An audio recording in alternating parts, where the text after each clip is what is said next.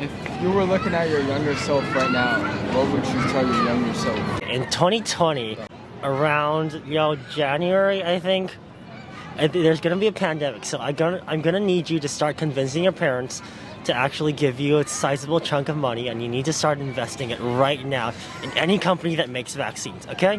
This is gonna sound grim, but this world is not built for you in any capacity whatsoever.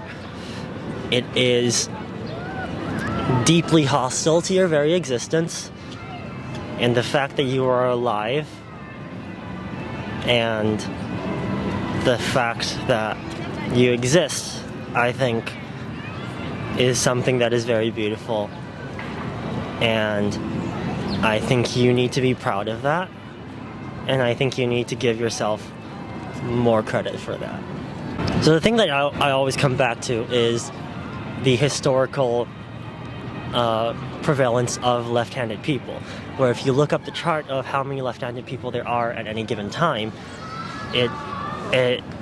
if you start from like the 1900s to the present, it's like this, where it was extraordinarily low, and the reason why it was so low was because if you were a left-handed child, the teachers would take like rulers, and smack the shit out of you until you learned how to write the proper way.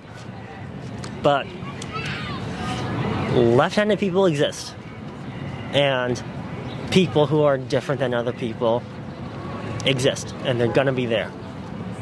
And a lot of the times they don't know it, or they've had it oppressed out of them.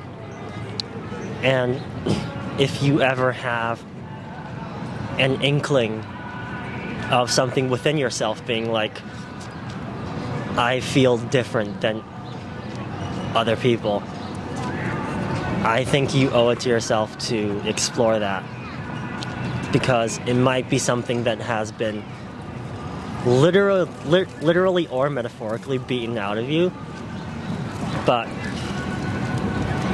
I don't think that knowing more about yourself is something that you can ever regret.